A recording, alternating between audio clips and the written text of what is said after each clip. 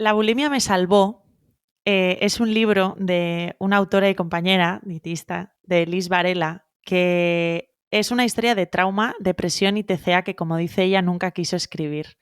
Creo que su relato, su historia, cómo lo cuenta, es un auténtico lujo tenerla hoy y que nos lo pueda relatar en primera persona y sobre todo desde la perspectiva de alguien que ha sobrevivido a eso, a todo lo que tuvo que vivir, alguien que salió de ese laberinto y sobre todo de que es la prueba viviente del estigma que muchas veces, del que muchas veces sufre y las etiquetas que sufren las enfermedades mentales, trastornos de conducta alimentaria, la depresión, como crónicas, ¿no? Tú ya es que no te vas a curar, es que esto, y ella es la prueba viviente de que sí se puede y sobre todo que tiene una historia muy cruda, lo que vais a escuchar pues no es una historia bonita, pero creo que es una historia que nos va a ayudar a entender un poco más las realidades. Yo creo que a todos, quien más y quien menos, si no nos toca vivirlo en primera persona, seguro que nos va a ser útil para entender la realidad de que han vivido o van a vivir otras personas de nuestro entorno.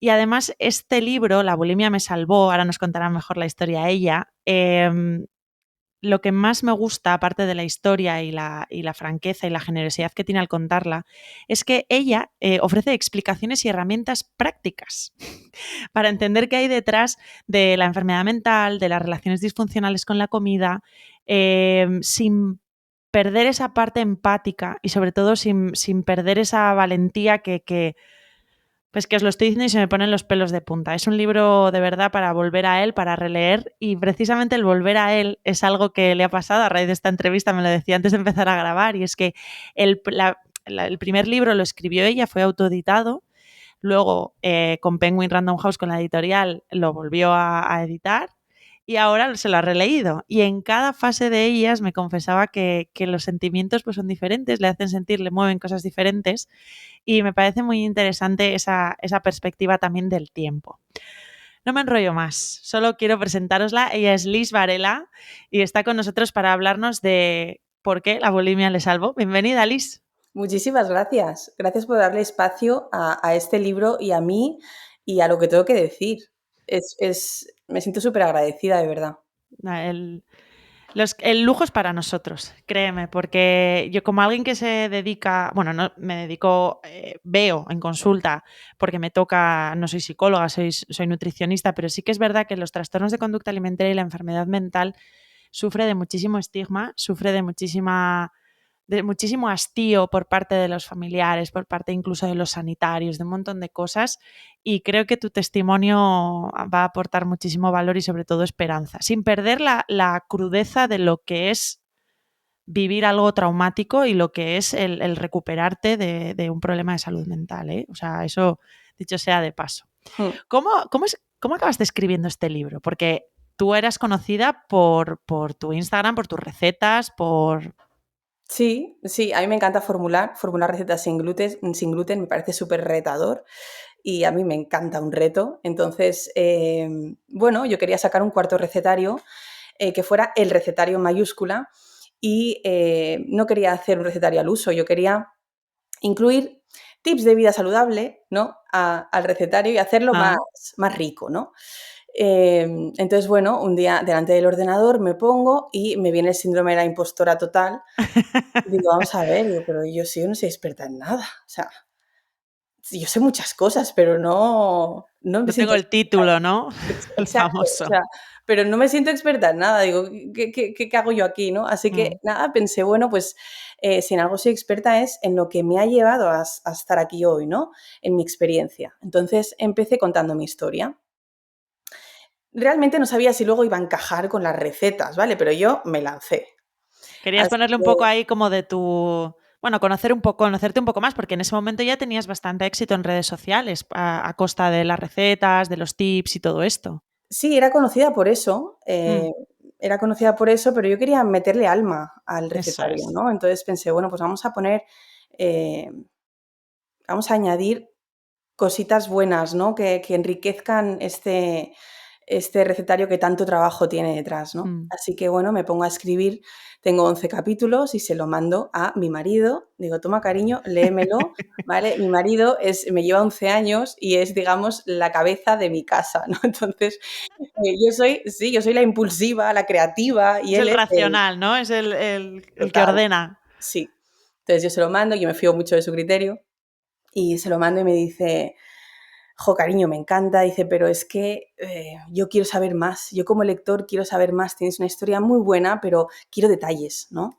Entonces yo en ese momento me cojo un cabreo tremendo, me voy pasillo a la habitación y me sorprendo gritándole, ¿no ves que no quiero volver? ¡Que no quiero volver! ¿Vale?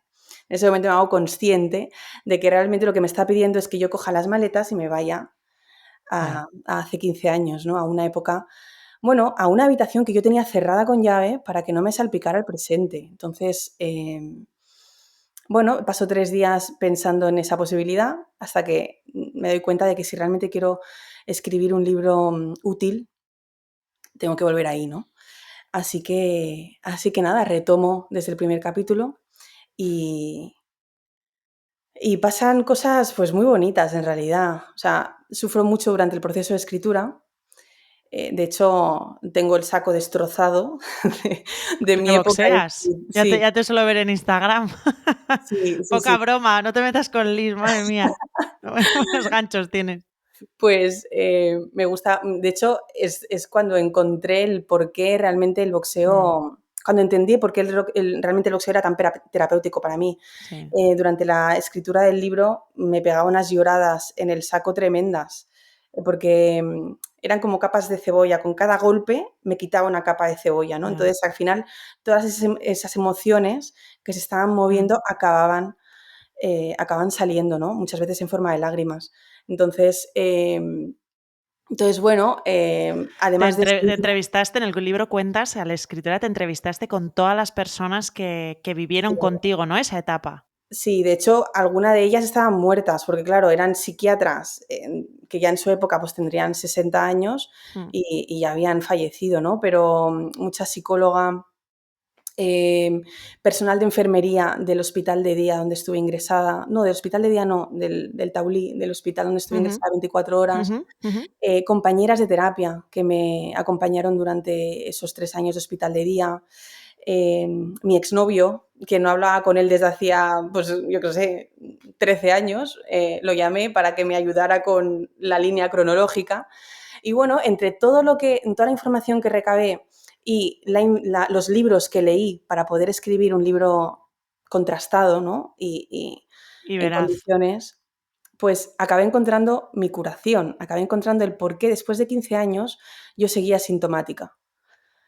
Así que ha sido un regalazo de la vida, de Dios y de todo.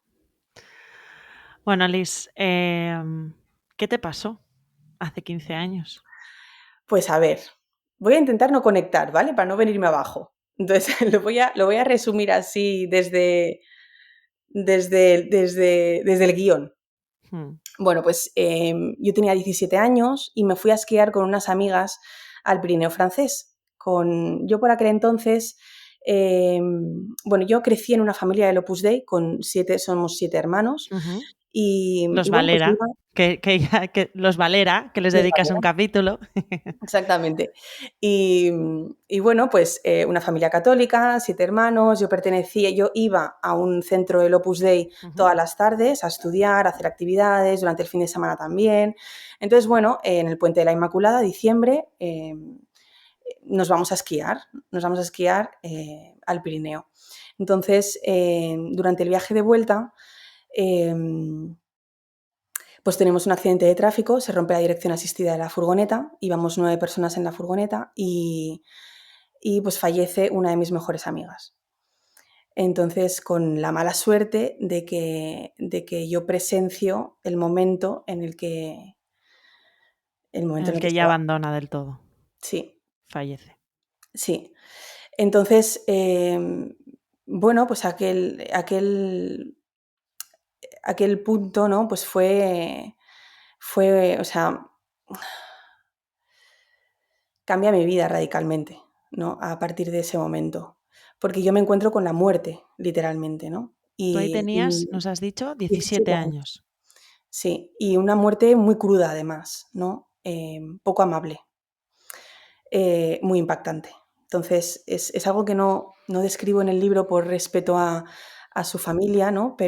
Mm, Pero yo presencié una película de terror. mm. Entonces, pues esa pasó a ser mi realidad a partir de ese momento durante los años posteriores, porque yo me quedé anclada en ese momento, mi permanente realidad era esa carretera entre Lérida y Barcelona y, y mi cerebro, por así decirlo, se quedó anclado en el modo supervivencia, o sea, lo describo, bueno, tiene nombre y apellido, se llama trastorno de estrés postraumático, ¿no? Entonces, yo estoy hipervigilante constantemente, yo no duermo por las noches, constantemente flashbacks, pesadillas que me mantienen los músculos contraídos, sudando, yo me levanto empapada en sudor, miedo constante, no puedo estar sola, no me puedo duchar sola, no puedo ir al baño sola porque veo a mi mejor amiga detrás Claro. del espejo, no puedo subir unas escaleras sin cerrar los ojos porque la veo en el rellano. Una película de terror, una película de terror que me lleva a perder la esperanza, me lleva a un estado de tristeza y de desesperanza tal que empiezo a barajar la idea de irme de este mundo porque No puedes soportar esa realidad, no puedo soportar seguir porque viviendo. es que obviamente. Sí, Qué es lo que, cómo son esos meses posteriores a lo que ocurrió, ¿no? Al accidente? Tú en el libro describes un poco cómo reaccionó el entorno, porque, claro, tu entorno era un entorno muy particular. Bueno, pues estamos hablando del Opus Dei, del catolicismo, que entiendo que que para cómo enfrentar la muerte también, bueno, pues tiene sus particularidades o tiene sus características muy concretas. mm. ¿Cómo recuerdas tú ese momento de cómo reaccionó tu entorno o vuestro entorno para las personas Bueno, que sufristeis el accidente? o sea, mis padres vinieron a buscarme desde el hospital de Lérida y esa noche dormí en casa, la primera Ujú, noche dormí en casa de mis padres, y al día siguiente yo tenía la necesidad de irme rápido de allí ujú. y volví al centro donde estaba interna, ¿no? En el centro del Opus Dei. Y, y bueno, fue una época dura porque dentro del catolicismo, ¿no? Pues se tiene la creencia de cuando alguien se muere es porque Dios la quiere con ella, ¿no? Claro, Entonces yo debía asimilar, aceptar el hecho de que Dios la quería para ella, ¿no? Y, y yo no podía con eso. Yo no podía tragar con eso. No, no por cómo se fue, por las circunstancias en las que yo la vi, por, por lo maravillosa persona que era. Em, que hace mucho que no hablo de ella, ¿eh? Em, yo no podía aceptar esa realidad. claro. Entonces, no sufrí mucho porque me encontraba en una tesitura en la que no se me dejaba expresarme, Claro. ¿sabes? Porque yo debía aceptar. Claro, tú en esos momentos, ¿qué sentías? ¿Sentías rabia, ira Sí, o era más lo recuerdas? sí, yo sentía mucha rabia, mucha rabia. De hecho, yo me acuerdo de explicar mi historia una y otra vez para que la gente se hiciera cargo, eh, de una puta vez, ¿sabes? De lo que me estaba ocurriendo. Yo Ya, necesitaba que alguien se hiciera cargo. Yo lo describo en el libro tal y como lo sentí en ese momento. Yo necesitaba que me abrazaran y que me hicieran daño al abrazarme. Yo necesitaba sentir dolor, el proporcional al que yo sentía en lo en el más profundo de corazón. mi alma, Ya. ¿sabes? Entonces, no conseguía calmar esa emoción No de conseguías rabia. que nadie te hiciera ese daño, ¿no? Sí, sí. Mm, Hay un momento que describes, ¿no? Que me parece muy interesante esa perspectiva, porque no creo que sea lo que socialmente se entiende así, como que al final ese dolor que necesitabas sentir, sí, te lo estabas provocando tú, te lo empezaste a provocar tú. sí. Sí, de hecho, a mí el vómito vino a salvarme. Yo probablemente, si no hubiera, Si no hubiera caído en la bulimia, no me hubiera acabado quitando la vida seguro, porque no fue fue un medio que me permitió seguir viviendo, fue mi salvavidas. Em, cuesta entenderlo, pero me dio una nueva identidad, me dio permiso para expresarme. Em, Hay una frase del libro que dice algo así como: cuando habitas en la muerte, el vómito, el dolor que te provoca el vómito, lo sientes como una descarga de vida. Es como Si puedo vomitar es que estoy vivo, ¿no? exacto, exacto. Yo sentía que había muerto a través de o sea, a raíz del accidente, y yo no sabía vivir a partir de ese momento. ¿Quién soy? ¿Qué coño hago aquí? ¿No? Yo ya no pertenezco a este mundo. El vómito, aunque fuera autodestructivo, me permitió seguir viviendo. Aunque fuera un infierno, ¿eh? Pero me permitió seguir viviendo. ¿Sentías que de alguna manera te anclaba a la vida? Sí, sí. Me anclaba la vida y también me anclaba la muerte, ¿eh? Porque al final te da un propósito, ¿vale? Y es el que yo necesitaba que el sufrimiento cesara, ¿vale? Entonces el vómito me hacía cada vez en mi cabeza, ¿eh? Yo pensaba, bueno, pues sí, como yo no soy capaz de quitarme la vida porque pienso en mis padres y en mis hermanas, adoro, Mm. a los que adoro, yo no puedo quitarme la vida de repente, porque ¿cómo sería su vida sin mí, ¿no? Con una hija muerta de esa manera, ¿no? ¿Qué, Ya. qué culpables se sentirían, ¿no? Entonces, no me sentía valiente para quitarme la vida. Y pensé, bueno, el vómito me hace cada vez más pequeña. Y a lo mejor a través del vómito y encuentro la vía de irme de este mundo sin que, de una manera progresiva, ¿sabes? Voy Sí, morir, muriendo estás poco a muriendo poco. lentamente. Exacto. En ese momento, para que nos situemos un poco en la línea cronológica del tiempo,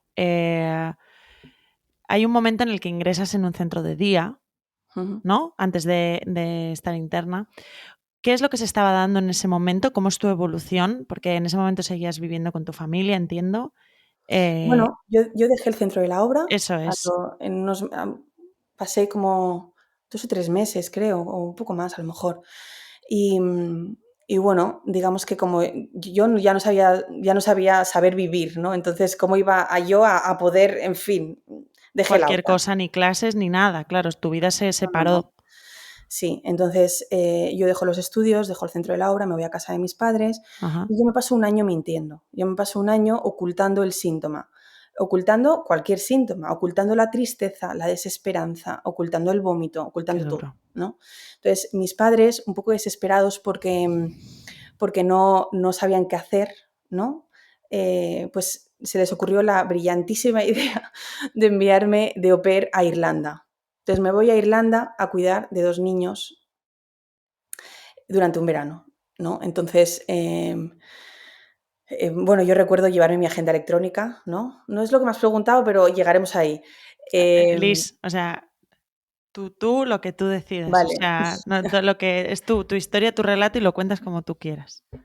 Entonces, nada, yo me acuerdo de mi agenda electrónica, me habían regalado para mi cumpleaños y donde ponía, ¿no?, el propósito de no volver con vida a Barcelona. Yo tenía que vomitar en Irlanda constantemente, para que se me parara el corazón en algún momento y no volver a casa, ¿no? Entonces ese era un poco el objetivo. Pero, no fui capaz y a las 2 semanas llamé a mi hermana llorando: "Lorena, cógeme un billete de vuelta a casa porque no puedo más, no puedo más". Entonces, me volví a casa. Ese es el primer momento en el que dices, no puedo. Sí, probablemente sea ese el primer momento en Porque el que hasta ya no. entonces se mantenía un poco esta situación que relatabas, ¿no? De la respuesta que obtenías por parte de tu entorno era está con Dios, ha querido irse con Dios, Dios ha Ujú, querido que esté a su lado, etc, etc. Algo que no, también tú misma, ¿no? Te ponías esa faz de sí. no estoy, o sea, ocultar, ocultar, ocultar lo que está pasando y claro, eso al final es una olla a presión que explota en ese momento, cuando llamas a tu hermana desde Irlanda. Bueno, ya tampoco, porque no le cuento qué me ocurre. Le Bueno, pero cuento, dices, de alguna manera, levantas la mano y dices, no estoy bien, no no puedo estoy con bien, esto. no puedo con esto, ¿vale? Pero tampoco soy nada, no detallo nada lo que me ocurre, es meses después. O sea, yo Ujú. vuelvo a empezar el colegio, vuelvo a empezar segundo de bachillerato, que fue donde lo dejé, Ajá, y además con unas compañeras de mi hermana pequeña, ¿vale? Que para mí eran súper pequeñas, aunque nos llevábamos un año, eran como las niñatas, ¿sabes? En sí. fin, mentalidad de niña de Pues de 17. alguien de 18 años. Exacto. Entonces, yo vuelvo a empezar segundo de bachillerato y pues un día cojo un par de blisters, creo que fueron, de paracetamol y Ujú. me voy al baño del colegio y ahí es donde me doy una sobredosis de pastillas. Allí es cuando digo, se acabó con esto, no puedo más. Em, Porque el tema de los vómitos empezó a ser demasiado recurrente, o sea, yo ya vomitaba hasta el agua. Entonces, em, vivir así era demasiado para cualquiera. Entonces, realmente no sé qué ocurrió desde que yo me tomo las pastillas, porque no lo recuerdo, mm, hasta que tengo el recuerdo de mi madre llevándome al hospital.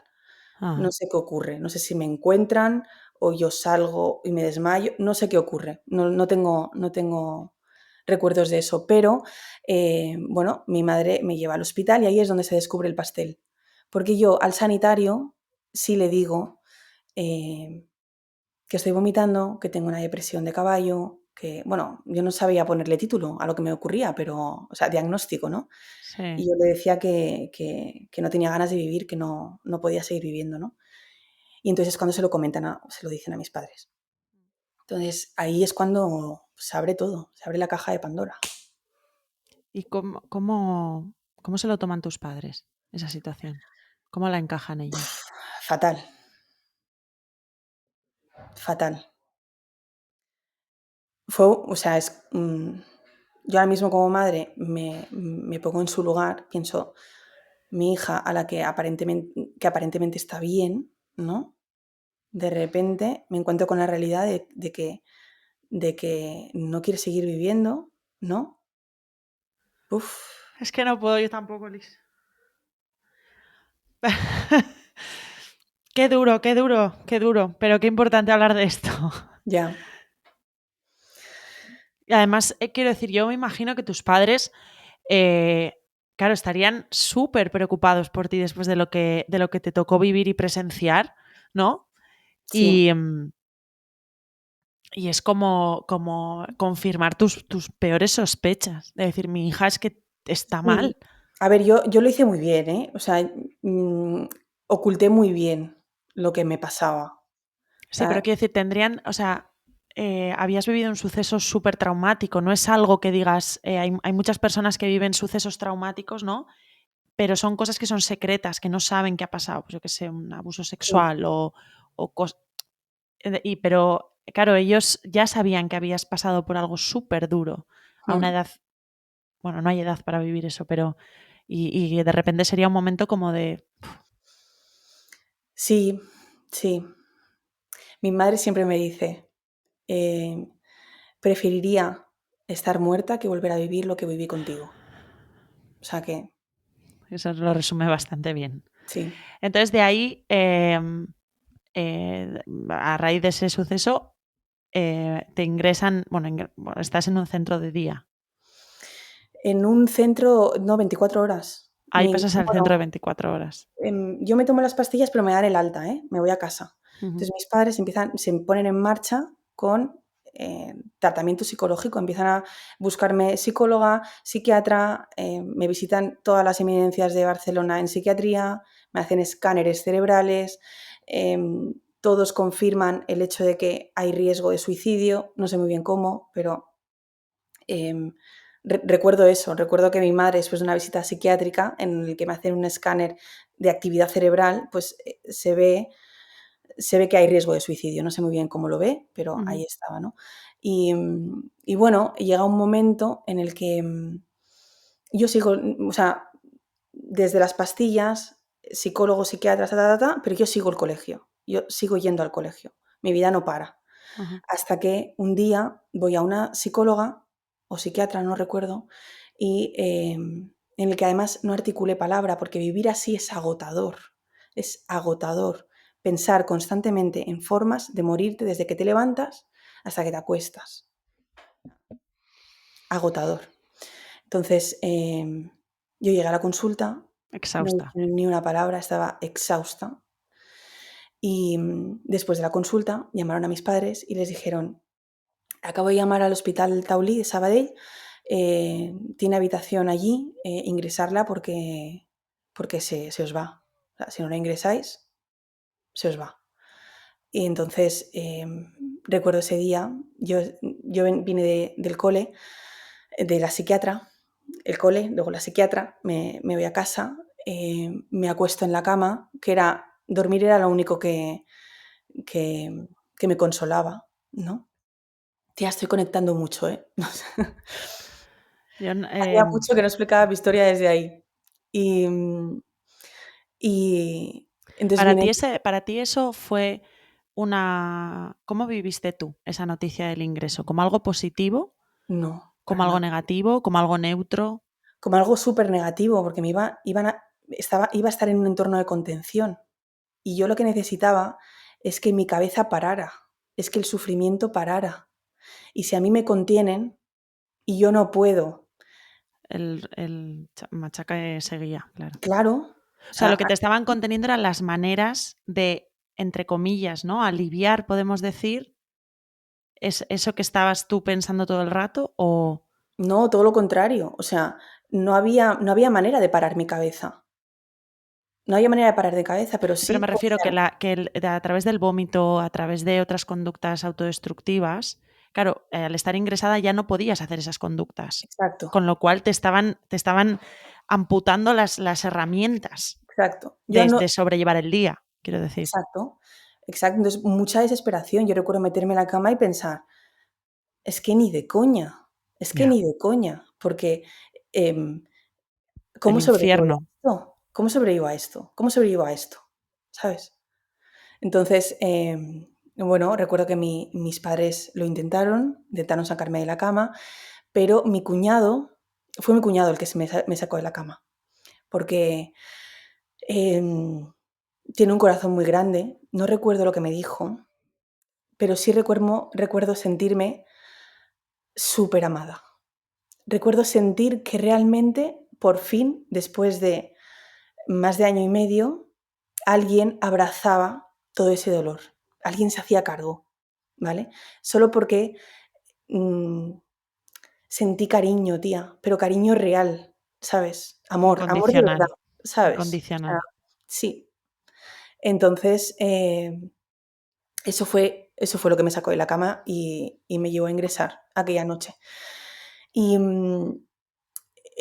recuerdo cuando ingresé que me dieron, creo que media pastilla de diazepam, y te lo cuento para ponerte un poco para contarte esto del agotamiento, ¿no? O Sí. sea, yo tenía tal agotamiento mental que con medio diazepam estuve durmiendo 48 horas. De hecho, mi familia vino a verme y no lo recuerdo, porque yo estaba dormida. De hecho, los sanitarios me dijeron, el enfermero me dijo, ha venido tu familia a verte, dice, pero no has estado Has- consciente. no, O sea, estás cao. cao. ¿Cómo es la experiencia en ese centro interna? ¿Cómo lo recuerdas? En ese momento en el que estabas, claro, mentalmente. Bien y mal.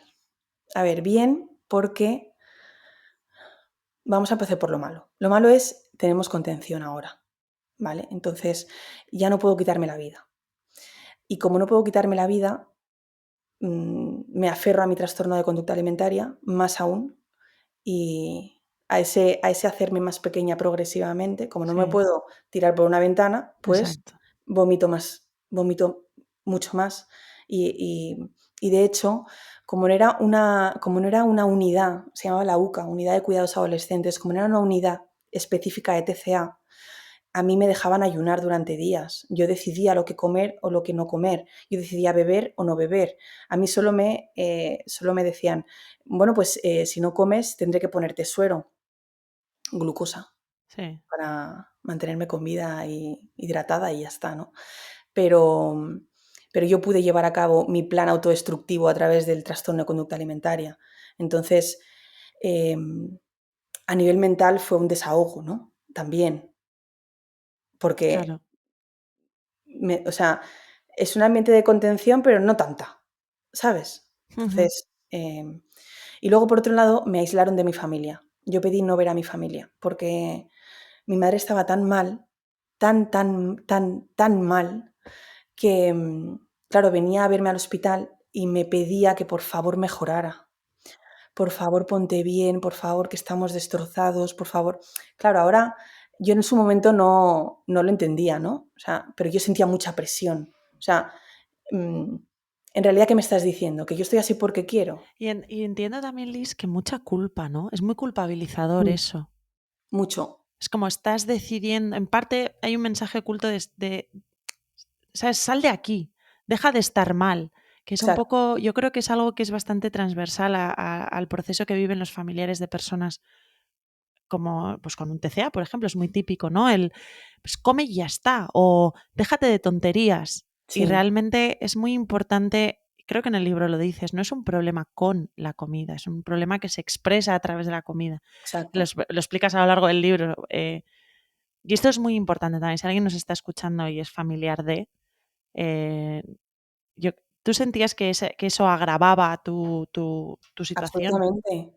Porque yo lo que quería era sentirme comprendida, ¿no? Recogida, amada, Exacto. abrazada, Sí. sostenida, Yo necesitaba personas hogar, mm, ¿no? calidez. Sí, sí. En el libro lo cuento, de hecho me doy cuenta escribiéndolo que yo necesitaba a personas que me recordaran ese mundo en el que un día viví, ese mundo cálido, lleno de amor en el que un día viví, ¿no? Y que me lo recordaran para yo poder construirme otra vida, ¿no? Porque la pasada ya no podía retomarla, ¿no? Pero construirme otra vida. Y esas personas que acompañan a personas con TCA o personas con depresión deben ser ese nuevo mundo en el que vivir, ¿no? Entonces, cuando mi madre me decía, pobrecita, o sea, que no quiero que suene esto a culpa, o sea, Liz, no la algo que culpo sale ni un mucho chiste, no. en las entrevistas del salir de consulta es esto. No, aquí no hay culpas, pero es Mm, importante definir la responsabilidad o el factor. O sea, sí, hicieron lo que hicieron con lo que sabían exacto. y lo que pudieron. Mm, ¿Pudo no ser lo mejor? Pues ahora, una vez visto, todo el mundo es listo. No sé cómo decirte, exacto, sí, pero sí. no, no va de eso. Y de verdad que es este disclaimer lo Mm, hacemos casi en todos los momentos de al salir de consulta. Y es muy claro. importante que salga porque es muy importante recordarlo también. Sí, sí, a ver, mi madre, pues, mi madre también se estaba ahogando. Entonces, me estaba pidiendo sostén, o sea, me estaba diciendo, sostiéneme, que yo también me hundo contigo, Ya. ¿sabes? Y claro, eso lejos de beneficiarme, me, me hundía más, ¿no? Porque, ¿qué me estás diciendo en realidad? ¿No? Que yo estoy así porque quiero, que yo no quiero ponerme bien, que yo escogí esto, ¿no? Entonces eso genera muchísima incomprensión. Y rechazo. Y en ese momento en el que te aíslas de las visitas familiares y todo eso, nos falta la parte buena, Liz. Nos has dicho la parte mala del internamiento. Pues la parte buena fue un enfermero. Fue un enfermero amoroso, grande, amoroso, con un corazón tremendo, que fue mi cuñado en el hospital. Me trataba con tanto cariño que en ese cariño, mm, en ese, en ese cariño yo veía esperanza, ¿sabes? Entonces, Sí, porque al final lo que hablas tú de cariño muchas veces ocurre, y te he oído hablar también de esto a ti en redes sociales, cuando estamos pasando por un momento como el que relatas, la gente del entorno de la persona tiende a verlo con la etiqueta en la frente ujú, y dejan de verlo como una persona que sufre y como una persona que necesita un chorro de amor en la frente. O sea, y seguir viéndolo a pesar del diagnóstico. Sí, Pasa muchas veces, se ve mucho con los ancianos, ¿no? O con personas que tienen demencia senil o que tienen... Y realmente seguir viéndoles como, a ver, como personas, entiéndeme lo que quiero sí, decir, sí, sí, ¿no? sí. Eso Sí. es súper importante para la persona que está transitando una depresión, un trastorno de conducta alimentaria. Bueno, es que las etiquetas son un melonazo, ¿eh? Pero sí, sí, es súper Pero ya me importante. entiendes a lo que quiero Sí, decir, sí, ¿no? O sí, sea, sí, te entiendo perfectamente. A veces, en lugar de ver a la persona en su conjunto, ¿no? O una persona que está sufriendo, mm, da igual bajo qué etiqueta está sufriendo, ¿vale? Solo vemos la etiqueta, ¿no? sí, Y la salud mental implica mucho estigma, en realidad. claro, Entonces, dejamos de ver a la persona para ver al trastorno, sí. ¿no? Y eso hace mucho daño. Bueno, vamos a dar un salto en el tiempo a la Ujú. primera vez que tienes novio, que fue un Sí, momento importante en tu historia. fue un momento muy Hablabas, importante. hablabas antes de tu exnovio que le llamaste para recordar, pero fue un Sí, momento, un punto de inflexión, porque de ahí hacemos un poco fast forward, estudias maquillaje, sí. bueno, cuéntanos un poco dónde nos encontramos ahora mismo en el tiempo. Bueno, a mí me dan el alta del ¿Sí? hospital, luego ingreso otra vez 4 días, luego me vuelven a dar el alta porque no saben qué hacer conmigo, Ujú, luego mis padres me ingresan, encuentran un centro en Barcelona de trastornos de conducta alimentaria, me ingresan durante 3 años y cuando estoy ingresada ahí, un día mi hermana me dice: "Oye", mi hermana Elia: "Oye, vamos a ir unos amigos que todavía no conozco a tomar algo a Barcelona, ¿por qué no te vienes?", tal. Bueno, yo trataba de retomar mi vida, yo todavía estaba enferma, estaba saliendo, ¿vale? Y bueno, pues yo conozco a un chico que me mira mucho. Yo era un bebé, o sea, un bebé, ¿vale? Porque yo venía de un entorno de, del Opus Solo Dei de toda chicas, la vida, claro. Solo solo, chicas, ¿no? solo chicas, colegio de chicas, yo jamás me había relacionado con el sexo opuesto, ¿vale? Entonces, eh, me mira mucho, ostras, pues yo espérate, que yo creo que le gusto a este tío, me habla mucho, tal. Pero claro, eso también me hace sentir bien, ¿no? Porque soy vista por alguien y no solo ve la etiqueta. Claro. Entonces, bueno, pues Mark tiene un corazón muy bonito, ¿no? Y supo ver más allá de lo que me estaba ocurriendo. Ujú. Y eso marcó un antes y un después ¿Qué en te mi vida. dio? ¿Qué te dio el Pues mira, tener después una de tener pareja, el ver ser vista, como dices tú? em, yo tenía una autoestima muy bajita, pero el sentir que le gustas a alguien, pues hombre, Fue como un em, chute, como totalmente. un... Y luego que es que volvemos a hablar otra vez del amor. Soy muy pesada, pero, es que el amor lo cambia todo, tía, ¿sabes? Empiezo a ver el mundo de otra manera. Si soy vista, pertenezco, mm. ¿sabes? Y no solo Ese eso, ser sino expulsado del eres mundo, amada expresamente por alguien porque no tiene la necesidad de amarte.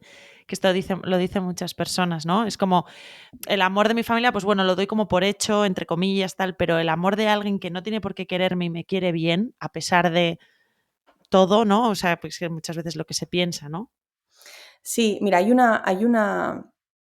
en Sudáfrica hay una tribu que se llama la tribu de los Memba, creo que se llama, y tienen un ritual en el que, bueno, que tiene un nombre muy específico, pero si te lo digo lo voy a decir mal, ¿vale? Bueno, Entonces, un ritual. sí, se dice una palabra, ¿vale? A alguien que se ha equivocado, ¿vale? Algo así como eh, te quiero, te respeto y mereces mi cariño o algo así, ¿vale? Y la otra persona contesta, pues entonces existo para ti. Vale. Cuando leí esto pensé, ostras, espérate, que es que esto es lo que siempre hablo del amor. Cuando alguien te ve estando tan perdida, Te puede cambiar la vida. perteneces, o sea, te Sí. sientes que perteneces a ese mundo, ¿sabes? Hace que existas. Sé que es muy profundo, ¿vale? No, no, es la purita verdad, porque al final eso está metido es parte de lo que somos, es inherente al ser humano. Somos seres sociales que necesitamos ser reconocidos, aceptados y vivir en manada, Mm, sea la que sea esa manada, sí, ¿sabes? Y a veces hacemos cosas que ponen en riesgo nuestra vida por ser por pertenecer. O estamos con compañías que no deberíamos estar solo por el hecho de pertenecer, por ser vistos. Y por eso muchas veces personas que están en una situación de vulnerabilidad pues acaban sufriendo cosas que no deberían por eso, por no fallar a por ese eso. sentimiento de pertenencia. O sea, de profundo nada. Bueno, profundo sí es, claro, pero es que está en lo más profundo de nuestro ser. Sí. O sea, que es Sí. súper importante. Claro, a mí, de alguna manera, el trauma me había hecho morir, ¿no? Entonces, que alguien me viera era decirme, tú existes, ¿sabes? Y perteneces a este mundo, porque te veo. Entonces, Mark representó eso en mi vida. ¿Sabes? Por eso cambió tanto en mi vida. No es que alguien Claro. simplemente me quisiera y me llenara de autoestima. No, es más profundo que todo eso, Sí. ¿sabes? Después de eso, te mudas a Madrid. Me mudo a Madrid. Claro, a ver, a mí la terapia durante tantos años me hace ver que, que mi familia, a ver cómo digo esto. Em,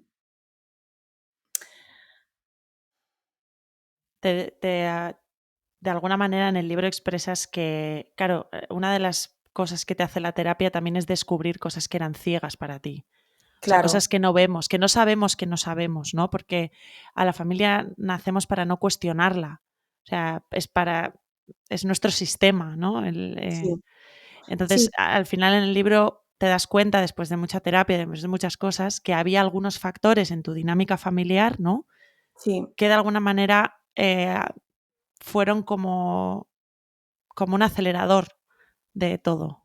Sí, sí, digamos que cuando tú empiezas a estudiar por qué, empiezas a comprender por qué Exacto. tienes un TCA, ¿vale? Son como piezas de puzzle, ¿no? Dices, vale, pues yo, el accidente fue el detonante, tengo una personalidad impulsiva, Ajá. em, vivo en una familia muy disciplinada, muy autoritaria, muy de tienes que ser porque si no, no te quiero, ¿no?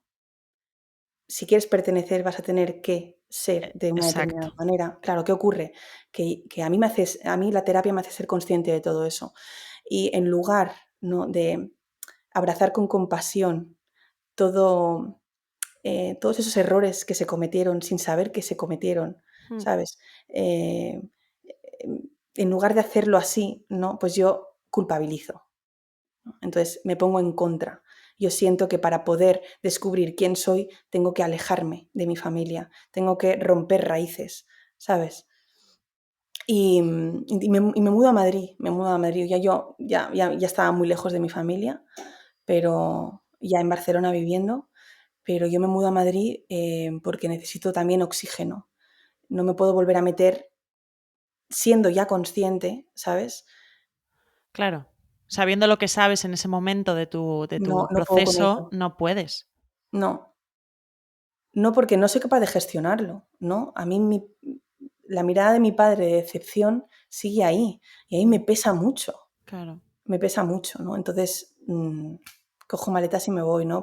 Siempre con la excusa, claro, de ampliar mis estudios. Yo para aquel entonces era maquilladora y digo, bueno, pues me voy a estudiar moda, ya tengo la excusa, ¿no? Y me voy a estudiar moda a Madrid. Entonces, bueno, pues yo llego a la isla, iba a decir, no, a Madrid. A la isla estás ahora, porque ahora A la estás en isla estoy ahora. Mallorca. Luego ya llegaremos a la isla.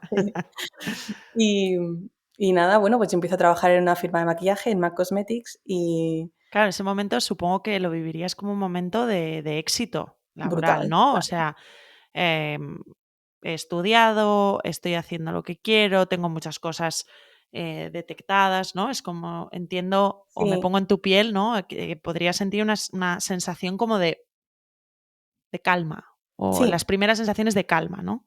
sí, sí teniendo en cuenta que calma relativa, porque al Sí. final yo seguía vomitando. Mm. O sea, yo seguía vomitando, yo seguía restringiendo. Entonces, mi vida sigue normal, pero yo interiorizo el hecho de que mi trastorno me iba a acompañar toda mi vida, ¿no? Entonces yo tenía que vivir lo mejor posible con lo que tenía. Y lo que tenía era mi síntoma, ¿no? Entonces, aunque a mí me ocurren muchas cosas buenas, ¿no? Yo sigo ahí un poco anclada en lo que me había ocurrido. Claro, porque Entonces, el síntoma, como dices, ¿no? El vómito, no sé si algún otro síntoma más, de alguna manera también era un recordatorio del pasado, ¿no? De que es algo como que te ha acompañado. sí, es que ya forma parte de mi identidad. Ya. Forman parte de mi identidad, y es una herramienta brutal para mí, para gestionarme a nivel emocional.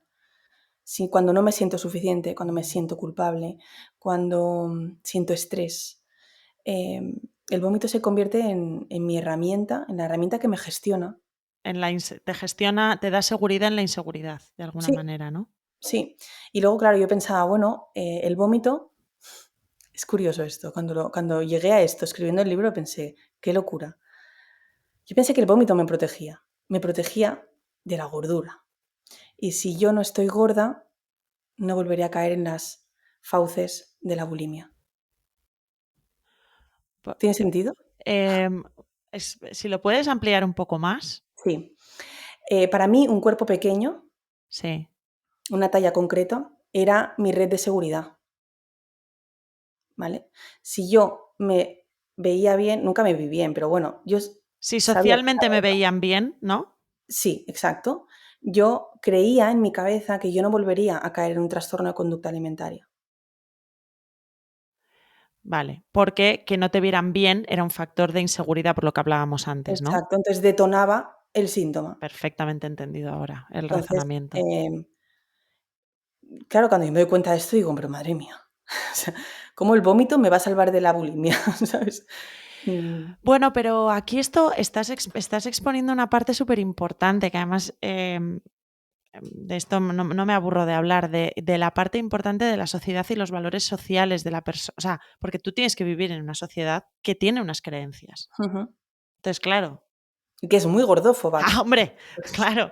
Entonces, y la gordofobia es traumática, es estigmatizante, genera muchísima inseguridad, etc, etc. Entonces, claro, sí. si nadie quiere ser gordo en esta sociedad, pues imagínate, alguien que está que de alguna manera lleva todavía peor el estar en una situación incómoda de inseguridad. Exacto. ¿Cómo te vas a querer poner en peligro? Ni de coña. Sí, sí, sí. Tiene todo el sentido. Sí, en mi cabeza, desde luego. Ahora lo pienso y digo, pero si el vómito forma parte, ¿sabes? O Bueno, sea, ahora que sabemos las cosas que sabemos es fácil de analizarlo, pero es así y razonamientos de estos son muy típicos. ¿Eh? En ese momento estás en Madrid, a mí me hace mucha gracia, me parece muy bonito cómo cuentas cuando conociste a tu marido con tu pelo rosa. pelo rosa, llena de piercings. Claro, a ver, yo me había marchado de No era Barcelona, tu look habitual, no entiendo. era No mi sé, style. no es cuando tú piensas en Opus Dei, no te imaginas a una chavala con el pelo rosa llena de piercings y los labios negros, ¿no? Yo me fui a desfasar. O sea, yo me Ya. fui a decir, bueno, vamos a ver. ¿Que no me queréis? Pues ya veréis lo que es no quererme, ¿no? Sí, exacto. O sea, yo en realidad estaba poniendo muy a prueba a mis padres. O sea, yo quería demostrar mi teoría de que mis padres no me quieren en esencia. Entonces, si yo me cambio mi apariencia, ¿verdad que no me sigues queriendo? ¿Ves? Mi teoría es válida, Ya. ¿vale? Yo quería poner a prueba. Luego, y luego también está la parte de me tengo que hacer una vida.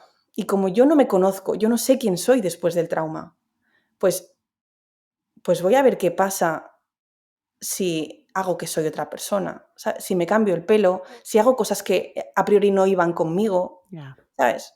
¿Pertenezco a esto? ¿No pertenezco a esto? ¿Sabes? Entonces, claro, además, yo trabajaba en MAC. MAC es una marca súper transgresora. Entonces, pues yo empecé a vestir de cuero, los labios morados negros, el pelo me lo teñí, y pues en una de estas, pues conozco a mi marido, o sea, una chica del stand, creo que era de Insta Logan, me para y me dice, Liz, que vamos a ir a casa de unos amigos de mi novio y que si te vienes. Claro, yo venía del orgullo, que yo había estado celebrando el orgullo la noche anterior, había dormido 3 horas aquel domingo de primero de rebajas en el Corte Inglés y le digo, mira, no. Digo, no, porque he dormido muy poco, tía, no, no. Bueno, me vuelvo a mi stand y de repente me viene a la cabeza María, Tu amiga. pero nada me había hecho acordarme de ella. nada, Gaby, nada. Me ponen los pelos de punta. Entonces me paro a pensar, digo, pues es una señal.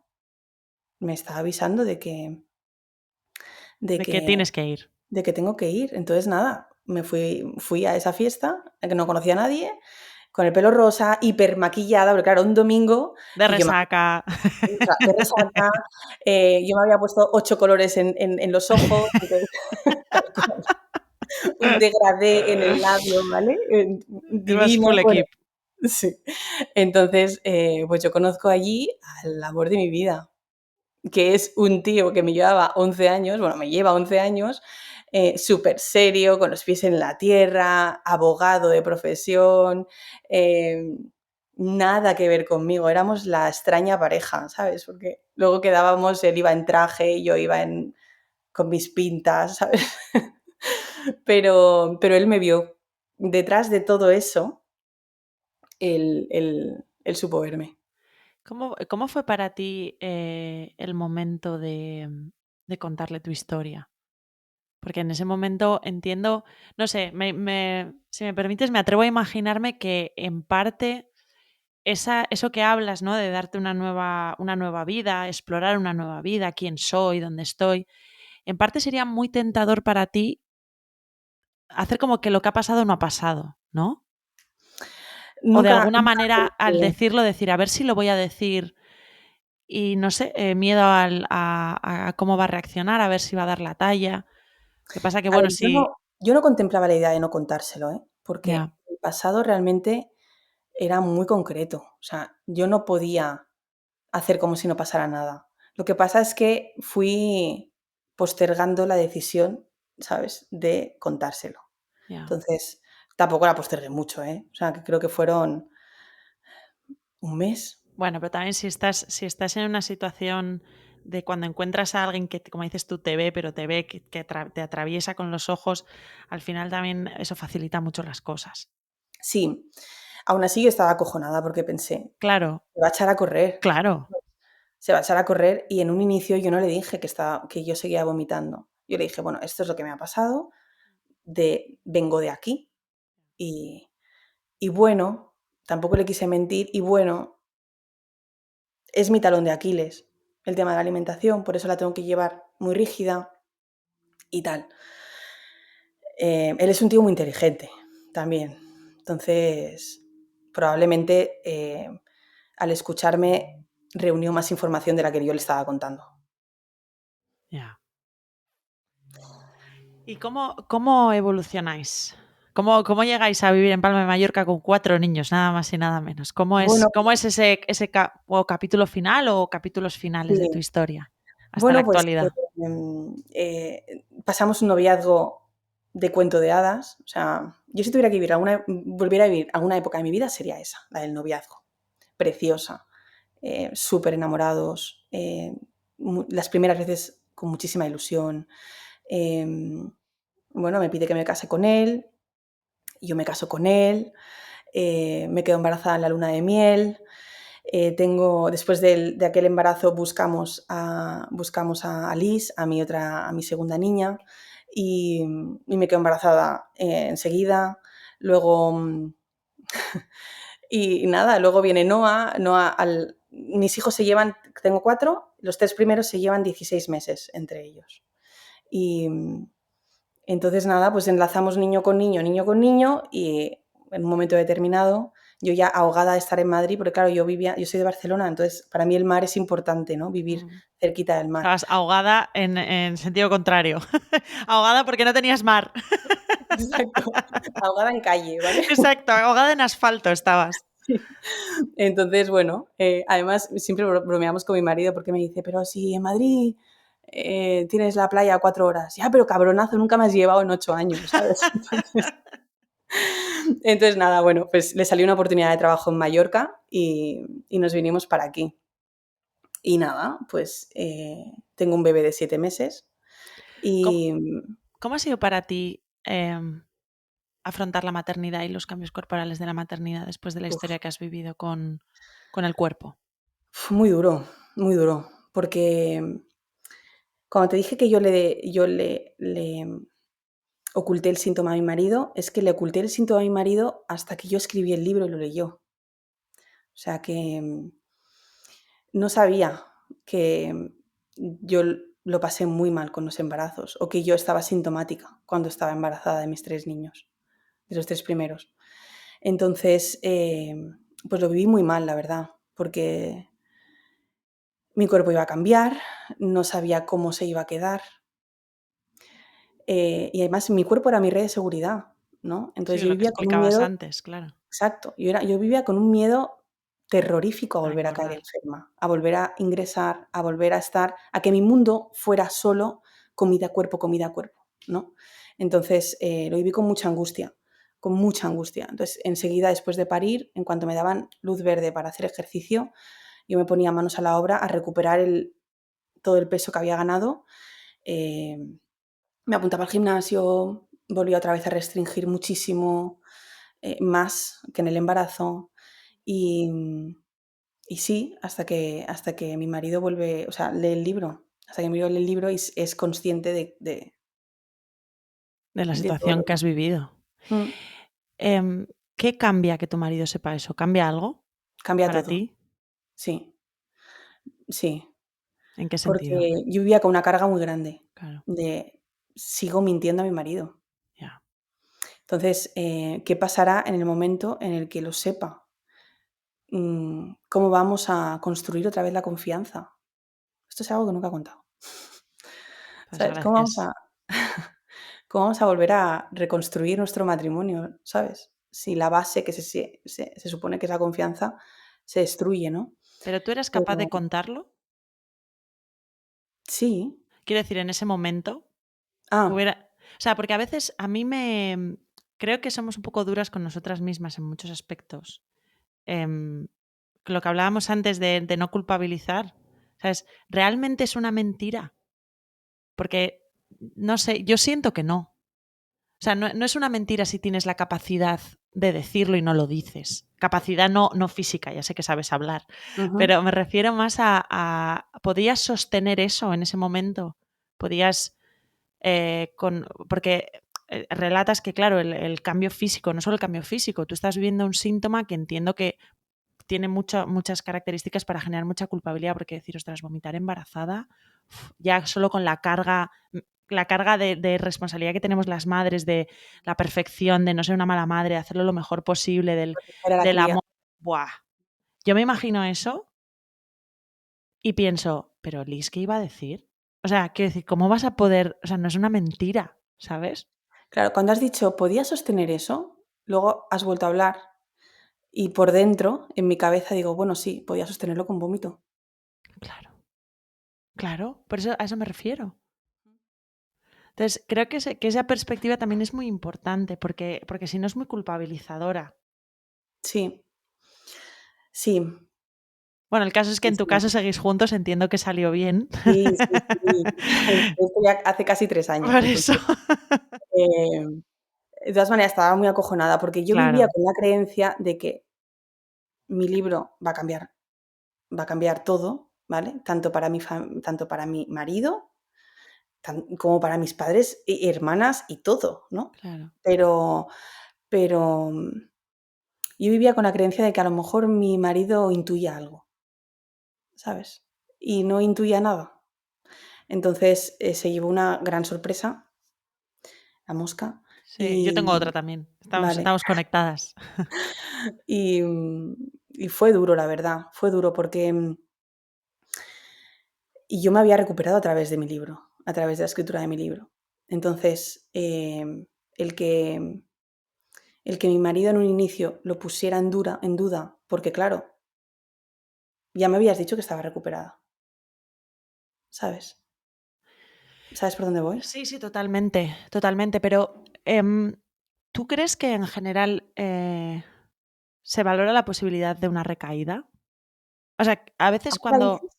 No, me refiero en general, con tu experiencia personal y profesional con los trastornos de conducta alimentaria, em, que evidentemente todos queremos escuchar el ya estoy recuperada, pero al final muchas veces nadie tiene una bola de cristal, nadie sabe. Y muchas veces uno de los trabajos importantes que se hacen es cómo detectar una recaída y cómo volver a entrar en el ciclo de la recuperación. Claro. Yo, fíjate, es algo que yo hablo en consulta porque tengo pacientes que me comentan el miedo que tienen a recaer, ¿no? Claro. Yo siempre les digo lo mismo. em, Depende de ti. Cuando has, eh, cuando te has, no es la palabra investigado, Cuando te autoconoces, ¿no? Cuando el autoconocimiento es grande, ¿no? cuando has cogido tu TCA y lo has, coño, no me sale el verbo. Sí, que lo has diseccionado, lo Lo entiendes, has sabes todas las... diseccionado Sí. tanto, te conoces tanto, has encontrado otras nuevas herramientas de gestión emocional. Ajá, Ni se te ocurre pensar en vomitar o en restringir porque estás muy alejada de cultura de dieta, claro. ¿vale? Cuando estás ahí, solo depende de ti. O sea, yo tendría que verme, eso también lo he dicho alguna vez, yo tendría que verme en una situación, y es que creo que ni aún así, fíjate, en una situación de dolor extremo, pienso en mis hijos, ¿vale? Para volver a agarrarme a una herramienta así. Y ya te digo que ni aún así, porque yo no soy bruja, no lo sé, ¿vale? Pero eh, con las herramientas que tengo ahora no creo que volviera a caer, ¿sabes? Entonces, miedo a una recaída no tengo. No porque depende de mí. Pero eso es lo importante. O sea, perderle el miedo. Eso es un poco lo que a donde igual no me he explicado bien. O sea, esa parte de... O sea, cuando tú evitas un desenlace, muchas veces el motivo de la evitación es por miedo. Sí, Pero cuando eres neutra a algo y dices, bueno, recaída, bueno, pero ya, o sea, confío, esa confianza, esa seguridad que da no pasa nada, ¿sabes? Ya sé cómo, o sea, me puedo imaginar qué es lo que pasaría o cómo, porque tengo tanto trabajo hecho y sé tanto de todo esto que claro. eso te da esa seguridad, ¿no? Claro, y es que he cogido el síntoma y lo he, por así decirlo, lo he llevado al plano cerebral, ¿sabes? A mis conexiones Racional neuronales. total. Entonces, de hecho, a mí me pasó que cuando hice mi propia reprogramación cerebral, ¿vale? Para recuperarme del TCA, yo tenía detectados esas emociones que detonaban el síntoma, ¿vale? Emociones como el estrés, bueno, el estrés no es una emoción, pero bueno, Situaciones detonantes, situaciones ¿no? de estrés, sí, exacto, tristeza, culpabilidad, yo las tenía detectadas y me había enfrentado a todas, también me había enfrentado a todos los alimentos que a priori me daban miedo, ¿vale? O sea, yo me había enfrentado a todos los miedos. Fue a acabar el libro y de repente no, y de repente no. ¿Te acuerdas antes cuando te he contado que mi marido leyó el libro Mm, y se abrió, ujú. se descubrió todo, ¿no? Se descubrió que yo, antes de escribir el libro, estaba sintomática. Eso me hizo sentir muy culpable. Volví a conectar con esa culpabilidad, ¿vale? Y de repente, o sea, es que lo vi súper fácil. Yo me sentí culpable y mi cabeza dijo vomitar. O sea, fue automático. Y era la última conexión neuronal que me faltaba por debilitar. Entonces, ya no había ninguna más, ¿sabes? Ya no había miedos a lo que enfrentarse, no había conexiones neuronales que debilitar, ¿sabes? Ujú. Y es cuando yo ya me di por recuperada. Pues nada más que añadir, señoría. O sea, yo creo que me gustaría despedirnos, porque siempre me imagino cuando hago el salir de consulta, hacemos con la persona que está invitada, en quien nos está escuchando. Ujú, Em, la prevalencia de TCA, de depresión, bueno, es abrumadora. Quien más y quien menos creo que vamos a pasar por episodios en los que vamos a necesitar ese abrazo que nos estruje. ujú. Entonces, me gustaría preguntarte dos cosas. Una, ¿qué le dirías a alguien que nos está escuchando que está en la posición que estaba o está en la posición de familiar o allegado de la persona que lo está viviendo? ¿Qué le aconsejarías? Y vamos a pensar que nos está escuchando una persona que ahora mismo está viviendo el infierno está entre las llamas. Ujú. También, ¿qué le dirías?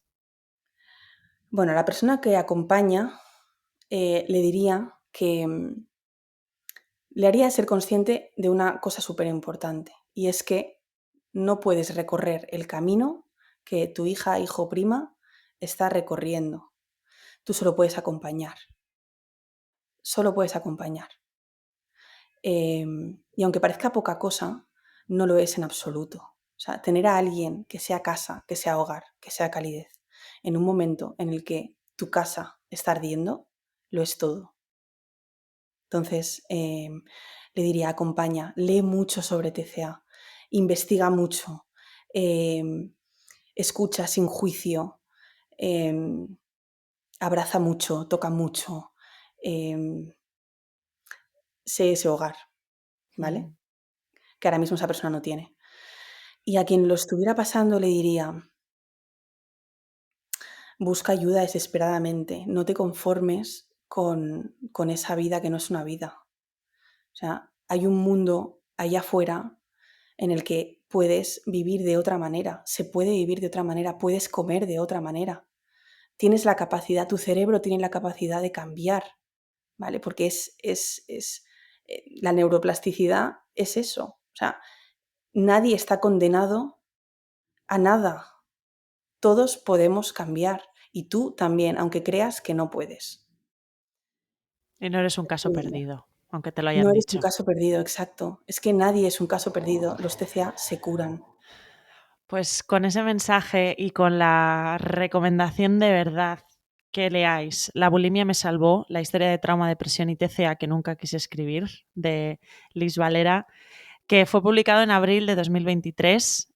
Lo tenéis en versión Kindle, tenéis a ella en redes sociales. Si queréis consultar con ella, también es dietista, o sea que tiene además esa perspectiva TCA y sus estudios TCA, aparte de su visión, o sea, vivencia personal que está ahí. Muchas gracias, Liz. Has sido Gracias a súper ti, Gaby. generosa una vez más. Espero que hayas estado a gusto y que te hayas sentido Muchísimo. en casa. Creo que he estado demasiado a gusto y he dicho cosas que digo, ay, no sé, ¿eh?